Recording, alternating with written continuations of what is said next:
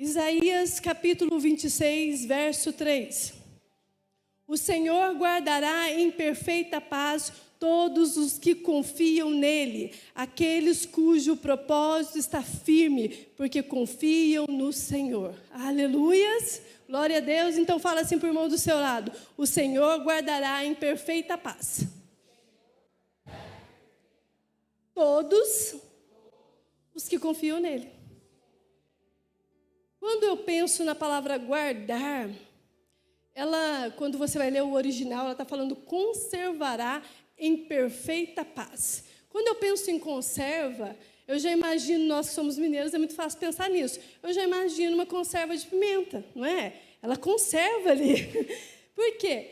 Ela dura por mais tempo. E ela é protegida por aquela conserva. A pimenta, ela perde a acidez por causa da conserva. Ela perde um pouco daquilo que faria ela apodrecer, e ela fica mais tempo dentro de uma compota. E ela pode ser ingerida durante muito tempo, dependendo do que você usa de conservante. E aqui, Deus está dizendo para Filadélfia Alfenas que Ele conservará em perfeita paz todo aquele que confia nele. O cântico ao qual Isaías deixa escrito dizendo: quando tudo isso acontecer, vocês vão cantar isso. Ou seja, tem um povo que está sendo incentivado a cantar depois de todas as promessas ditas. E esse cântico, ele é chamado Cântico da Santa Satisfação, ou Cântico de Louvor. Está dizendo a nós, hoje, como Igreja do Senhor, uma compreensão muito melhor sobre toda a profecia anterior a esse cântico que Isaías vem profetizando sobre o Messias, sobre Jesus Cristo.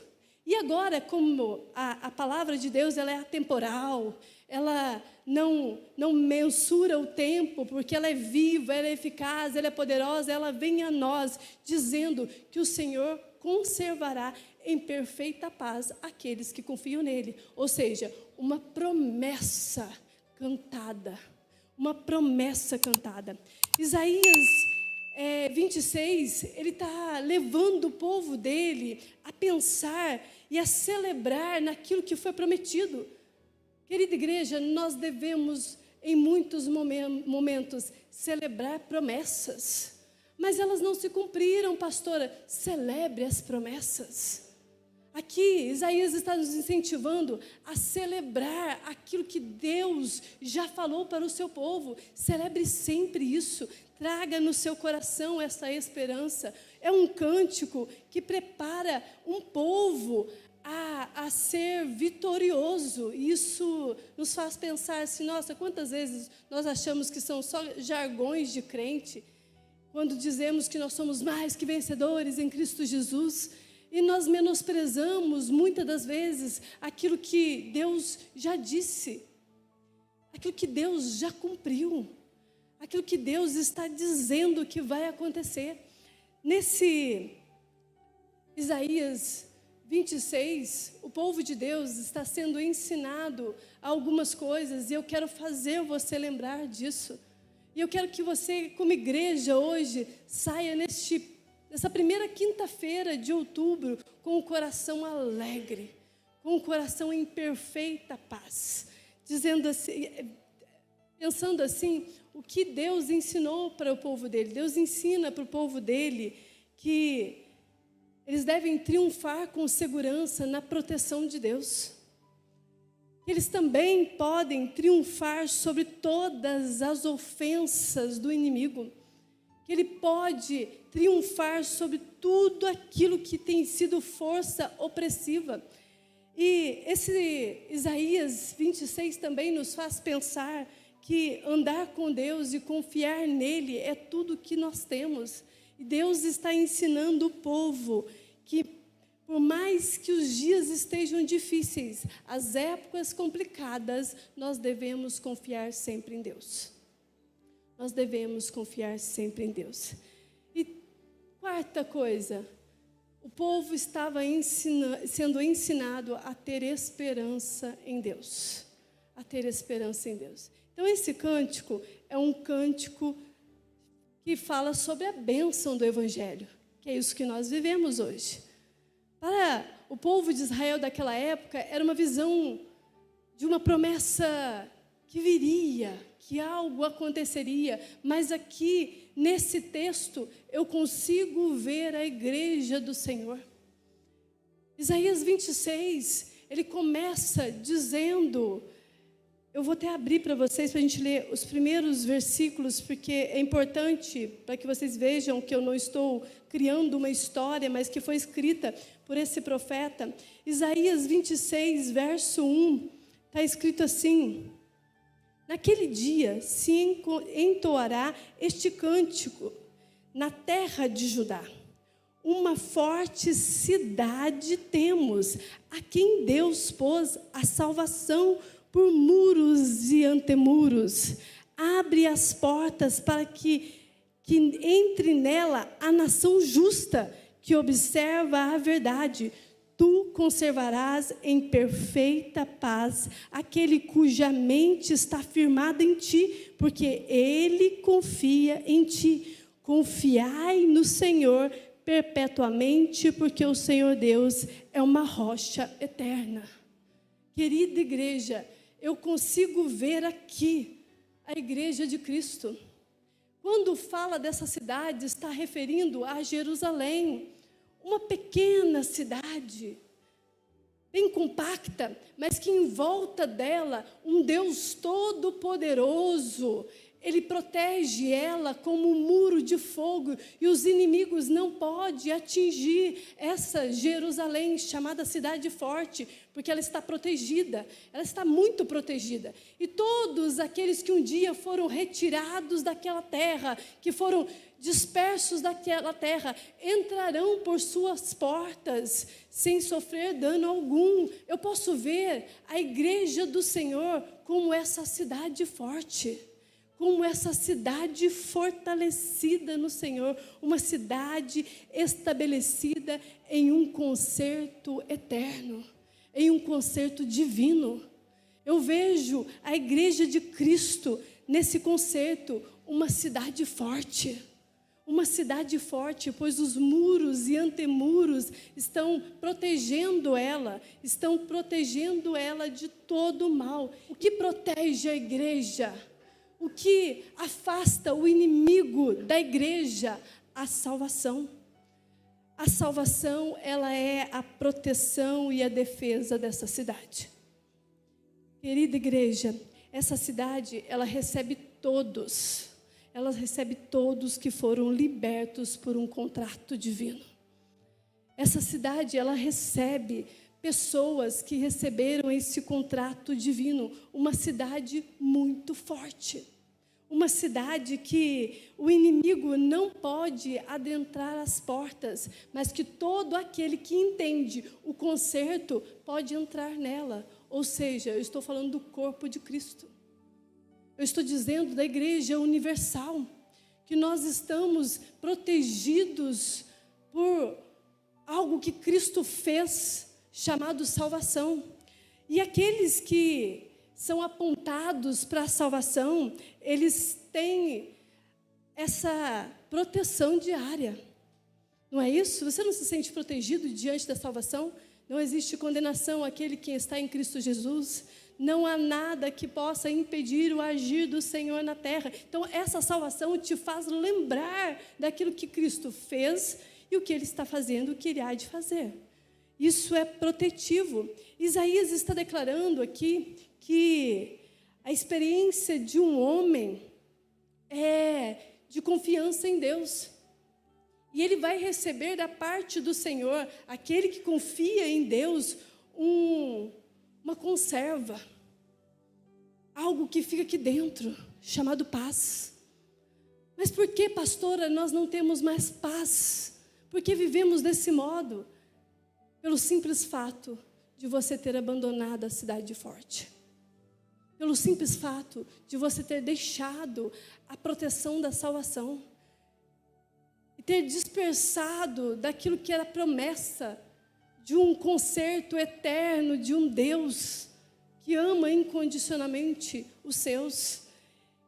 Querida igreja, eu quero te fazer lembrar que a confiar no Senhor, eu quero te fazer lembrar que a confiança dEle é tudo o que nós precisamos.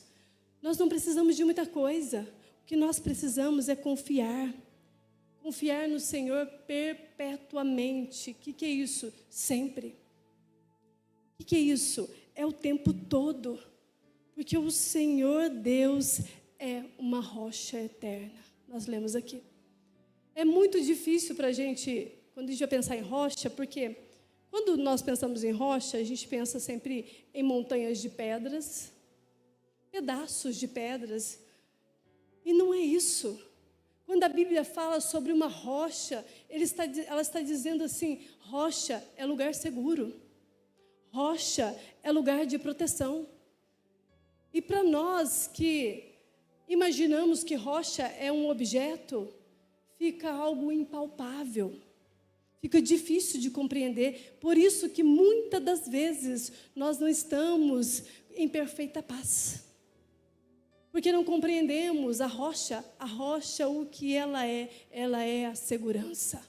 A rocha é a proteção. A rocha é o que nós precisamos. Nós precisamos entender o que é confiar em Deus. Nós não sabemos confiar em Deus. Sabe por que você perde noite de sono? Porque você não confia em Deus. Sabe por que você passa noites preocupados? Porque você não confia em Deus. Eu estou falando de algo muito sério, algo muito espiritual. E aqui Isaías deixa muito claro isso para mim, quando eu vou lendo o texto. E eu vou pensando, meu Deus, nós não sabemos confiar no Senhor. Nós não sabemos ser guardados pelo Senhor. Nós não sabemos. Nós não estamos compreendendo. Nós não entendemos como que é a rocha eterna. Quem é a rocha eterna? Que a rocha eterna é Deus. Que a rocha eterna é Jesus Cristo. E nos perdemos, ouvimos tantas ministrações e pregações e passamos noites preocupados, dias temerosos. E quando nós pensamos em rocha, é importante nós entendermos que a rocha, ela é um firme fundamento. Mas nós já ouvimos tanto o pastor falar sobre isso, então entenda hoje, rocha é um firme fundamento. Rocha, ela é algo que nós alcançamos por fé. Rocha é algo aonde uma casa, ela é construída. E quando vem o dia de grande vendaval, porque vai vir os dias ruins, não adianta dizer que não, os dias de grande tribulação, nós não ficamos preocupados. Porque nós sabemos que estar sobre a rocha significa não ser levado pelas águas ou pelas tempestades, ou muito menos entrar em fornalhas ardentes e sermos queimados. Está bem claro aqui que rocha, ela é um Deus soberano que cuida e zela de nós. Cuida e zela de nós. Ou seja, a nossa fé tem que ser edificada nisso. E o que é fé? É você crer nas coisas que você não vê. Porque é difícil você compreender que estar em cima de uma rocha vai te fazer protegido. Mas, querida igreja, eu vou te ensinar sobre fé. Às vezes nós olhamos a grosseridade que tem a rocha, mas não percebemos que ela é forte. Ela é firme, ninguém desestabiliza uma rocha. É difícil ser retirado do lugar. Ou seja, Jesus, Ele é o firme fundamento da nossa fé. E nós precisamos ter a compreensão disso e edificarmos a nossa fé e a nossa esperança nele. Poderia ser uma palavra assim bem abençoadora, porque quando a gente lê o versículo, fala, uau, nossa, hoje a pastora vai profetizar na nossa cabeça, glória a Deus, estou profetizando a respeito de Cristo. Estou falando do Cristo. A casa edificada sobre a rocha resistirá à mais terrível tempestade. Isso é Jesus Cristo, a rocha das nossas vidas, a rocha das nossas almas. Aqueles que confiam em Deus encontram e recebem força permanente. Se você está se sentindo fraco, a intenção de Deus hoje é nos levar a isso, a compreender que a força não está em nós, mas naquele ao qual nós edificamos a nossa vida. Em Deus encontramos refúgio, segurança e podemos conservar-nos em perfeita paz. Isso é poderoso em Deus. Isso é poderoso. Diante dos problemas, das adversidades, da crise, acontece algo dentro do ser humano que muitas vezes a gente põe a culpa no que está de fora. Mas todas as vezes que nós passamos por crises, adversidades, elas não começam aqui fora. Elas estão aqui dentro. Tudo começa, a maioria das vezes, não tudo, a maioria das vezes, as adversidades, elas acontecem dentro, porque está tudo sem paz, está desestabilizado, está fora do lugar. Querida igreja, sempre vai haver dias de muita aflição, vai haver sempre dias de angústia, dias de provações. Elas são reais, Jesus nunca nos ocultou sobre isso, mas a forma que você reage a tudo isso revela a força que você carrega, define a sua força. Provérbios, ele fala a respeito disso, que aquilo que está dentro de você define a força que você está vencendo a angústia. E igreja, quando eu penso nisso, eu lembro do apóstolo Paulo no caminho da Macedônia, e ele está conversando com os discípulos, e ele começa a escrever, e ele diz que não teve alívio nenhum, em momento algum ele se sentiu aliviado, dizendo que estava difícil os combates. Havia combate do lado de fora, mas também havia temores do lado de dentro. Então, a batalha da nossa vida, e eu estou falando de algo espiritual, ela começa, maioria das vezes, dentro de nós. E as circunstâncias externas são só o reflexo de algo que eu acredito lá dentro de mim, e passa a ser a minha existência. O que sentimos, a nossa atitude interior é algo muito sério. Eu não sei se você já teve medo excessivo. Já teve medo excessivo? Ele nos domina. Alguns sofrem ansiedade, e eu não estou falando de ansiedade denominada doença, porque essa precisa de tratamento médico. Eu estou falando de ansiedade. Estou ansioso, preocupado com isso. Quando você tem algo excessivo, uma preocupação excessiva. Eu estou falando desse tipo de coisa. Era sobre isso que o apóstolo Paulo estava dizendo. Olha, os temores aqui dentro estavam tão terríveis quanto a guerra que eu estava sofrendo, os embates aqui fora. Existia uma luta dentro de mim, ele praticamente estava dizendo isso. A mesma luta que eu estava vivendo do lado de fora, era algo do lado de dentro. Eu não estava conseguindo. Uma batalha emocional, uma batalha mental, algo que eu não consigo controlar. E quando eu vou em Deuteronômios capítulo 20, lá Deus está instruindo o povo de Israel a como os soldados devem ir para a guerra. E um dos primeiros conselhos é: tira do meio deles o medo. Ou seja, não tolere o medo no meio dos guerreiros.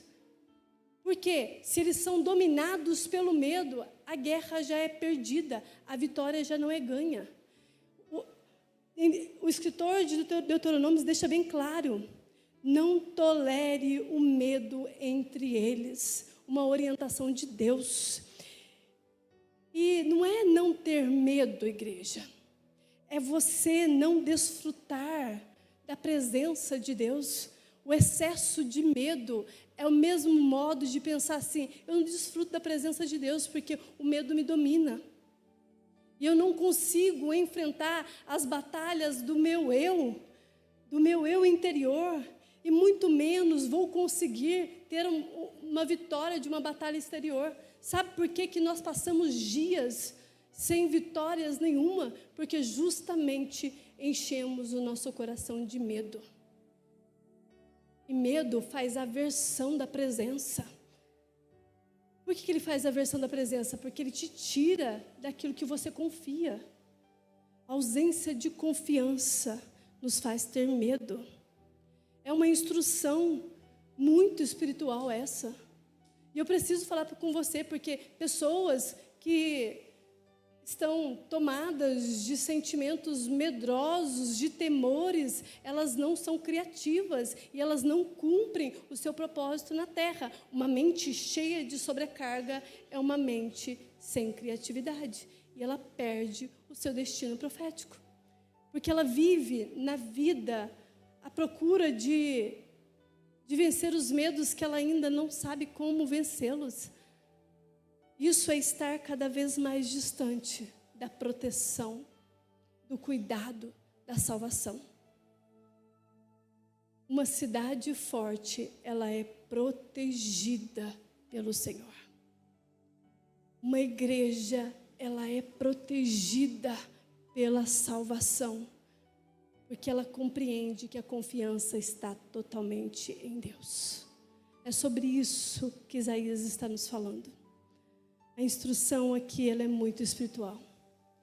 O medo compromete a capacidade de um guerreiro. O medo compromete a guerra. Se um guerreiro vai para a guerra já se sentindo derrotado, provavelmente na primeira luta ele vai morrer. Ele vai morrer. Lemos aqui em Isaías 23, verso 3, que Deus irá conservar em perfeita paz. Isso é uma promessa, ou seja, algo de Deus. Deus fez algo para nós, que é conservar em perfeita paz nós. Mas, continuando a leitura, nós percebemos que essa perfeita paz só vem para aqueles que confiam. É algo que nós fazemos para Deus. E o que nós fazemos para Deus? Confiamos. Esse culto hoje é sobre confiar em Deus. Esse culto hoje é te trazer a esperança que Jesus Cristo, Ele tem algo maior para nós, mas que muitas vezes nós nos perdemos em nossas crenças erradas e medos e temores. Abra sua Bíblia comigo em Mateus 6, Jesus orientando agora o povo. Nós vamos ler do verso 25 ao 34. Jesus está falando sobre preocupação. Uma preocupação desnecessária, uma preocupação destrutiva.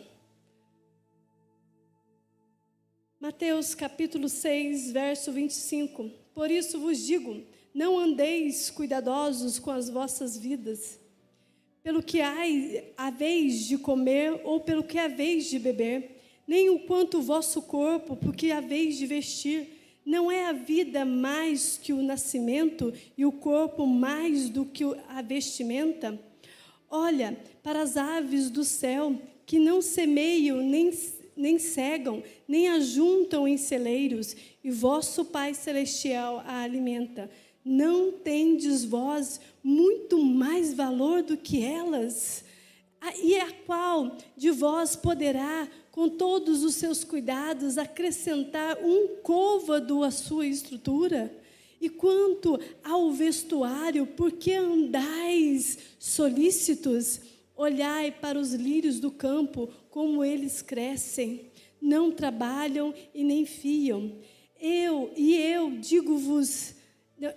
vos digo que nem mesmo Salomão, em toda a sua glória, se vestiu como qualquer deles. Pois se Deus assim veste a erva do campo, que hoje existe e amanhã é lançada no forno, Não vos vestirá muito mais vós, homens de pequena fé? Não andais, pois, inquietos, dizendo: que comeremos, ou que beberemos, ou que vestiremos, porque todas essas coisas aos gentios procuram.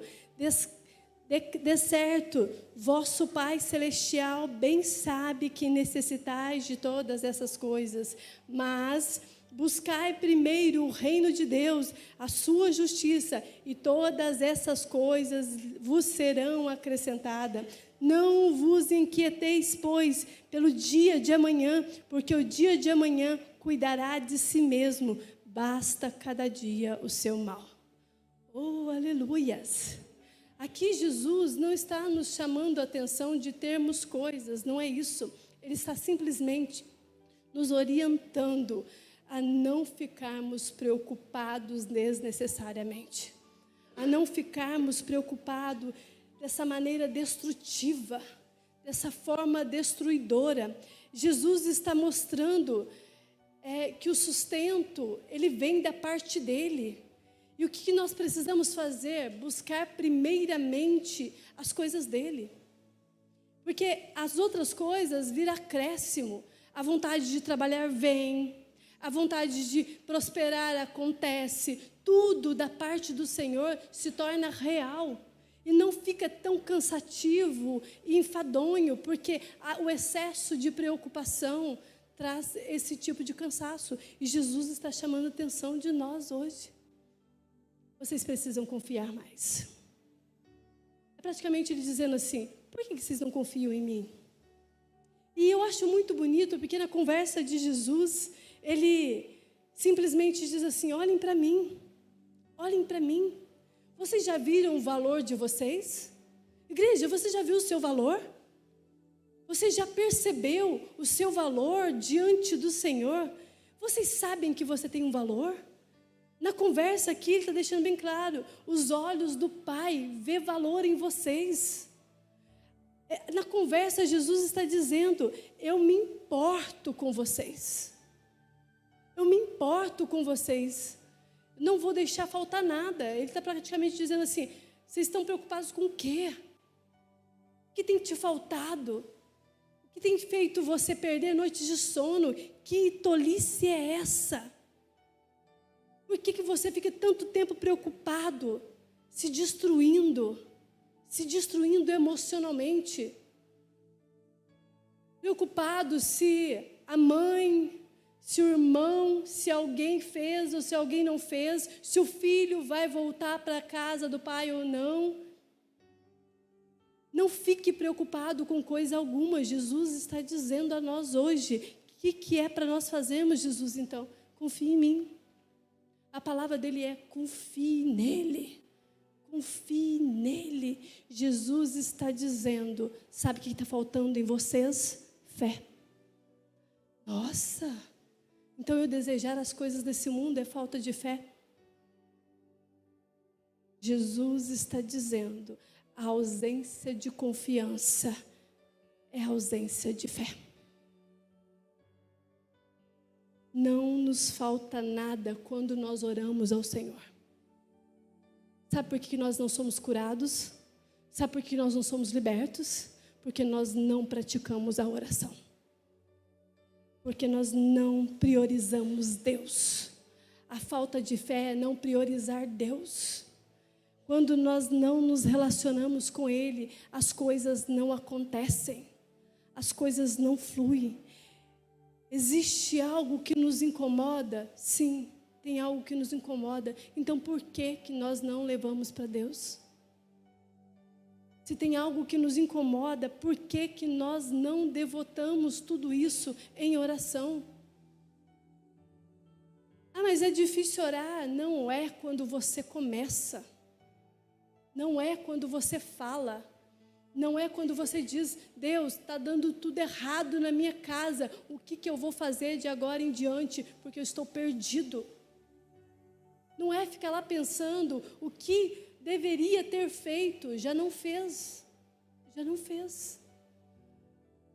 Isso mostra que nós não estamos confiando em Deus. Isaías está nos falando sobre fé e confiança.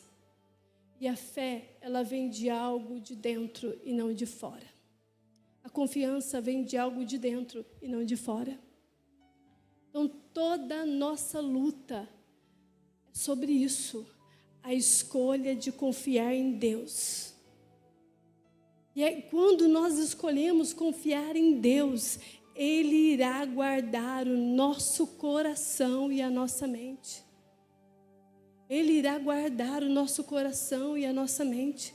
E aí nós podemos desfrutar daquilo que o apóstolo Paulo fala, de uma paz que excede o entendimento humano, de uma paz que o mundo não compreende, de uma paz em meio às dissensões desse mundo e das coisas terríveis que nós convivemos todos os dias, porque nós somos movidos em algo chamado confiança.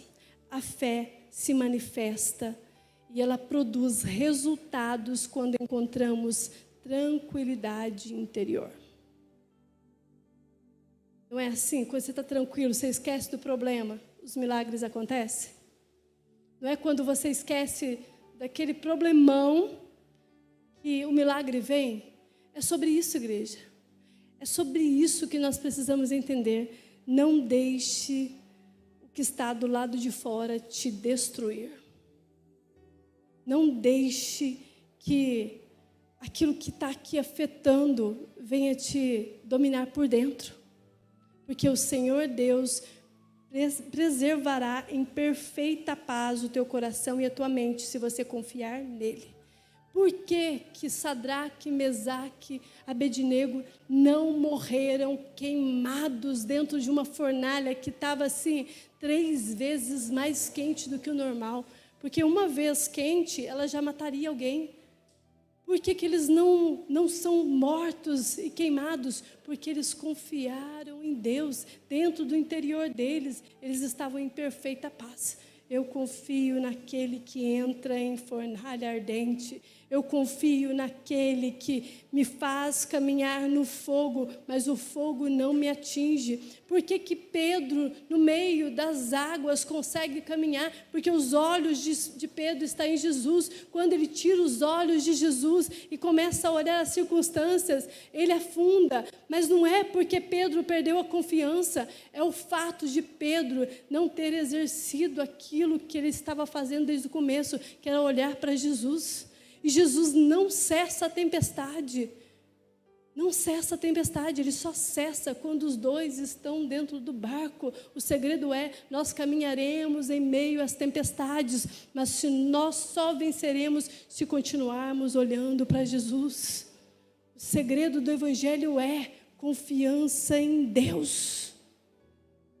Nós desviamos da presença quando nós perdemos a confiança em Deus e achamos que somos bons demais. E começamos a achar que as vitórias que temos vêm dele. E, na verdade, estamos totalmente sem paz interior. Sem paz da nossa essência. A fé não é resultado do lado de fora. A fé não é um resultado visível rapidamente, que eu olho ali e já acontece. Não é assim. Fé é uma proteção que nós temos. A fé nos protege. A fé nos protege de calor, de fogo. A fé nos protege de águas que podem nos engolir. A fé, ela nos protege de situações adversas do inimigo. Ela nos protege do inimigo, porque a fé é a firme confiança que nós temos numa rocha, que ao qual nós estabilizamos a nossa fraqueza nela, e ela nos faz ficar fortes e não sermos levados por tempestade, porque essa é a nossa convicção, é aquilo que nós cremos. Nós não somos dominados pelas circunstâncias, porque o Senhor preserva em nós a sua paz, porque nós confiamos nele. A minha confiança está no Senhor. Não importa, igreja, o que estivermos enfrentando. Não importa o que estivermos enfrentando, nós confiamos em Deus. Igreja, quando eu penso em fé, eu lembro de Romanos capítulo 10, verso 17, dizendo que a fé vem pelo ouvir e ouvir da palavra. E eu também penso em Filipenses, capítulo 4, em que tudo pela oração apresentada a Deus, nós somos retribuídos por Ele. Ou seja, Deus, Ele ouve os nossos pedidos. Mas de tudo isso que eu falei, eu quero finalizar essa ministração lendo com vocês 1 Pedro, capítulo 5, verso 7.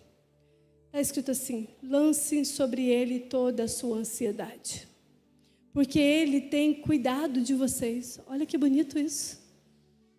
Mas o mais interessante é o verso 8, que diz assim: sede sóbrios, vigiai, porque o diabo, vosso adversário, anda em derredor, bramando como um leão, buscando a quem possa tragar, ao qual resiste firme na fé. Querida igreja, lancem sobre Jesus a sua ansiedade. Tem algo te preocupando? Lança sobre Ele. Tem algo te deixando, assim, com noites perturbadas, com dias de muitos temores? Lance sobre Jesus. Mas fiquem sóbrios. Não perca a consciência. Não se deixe ficar perdido, porque o inimigo, ele é astuto, ele aproveita das pequenas ansiedades e preocupações que nós temos, e lançando dardos inflamados, ele faz com que nós venhamos a perder a nossa confiança e fé. Não se deixe enganar. Deus move por meio de fé.